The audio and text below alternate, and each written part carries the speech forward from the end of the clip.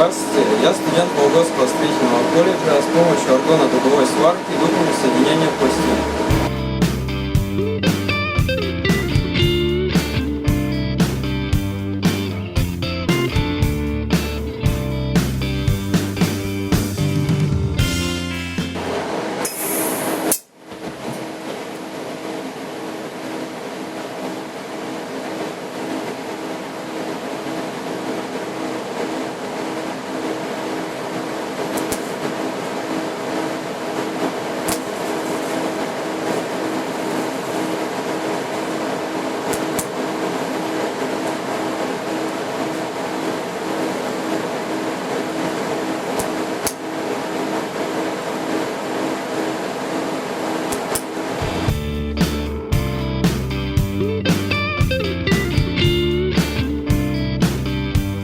Сейчас я выполню соединение с помощью полуавтоматической сварки.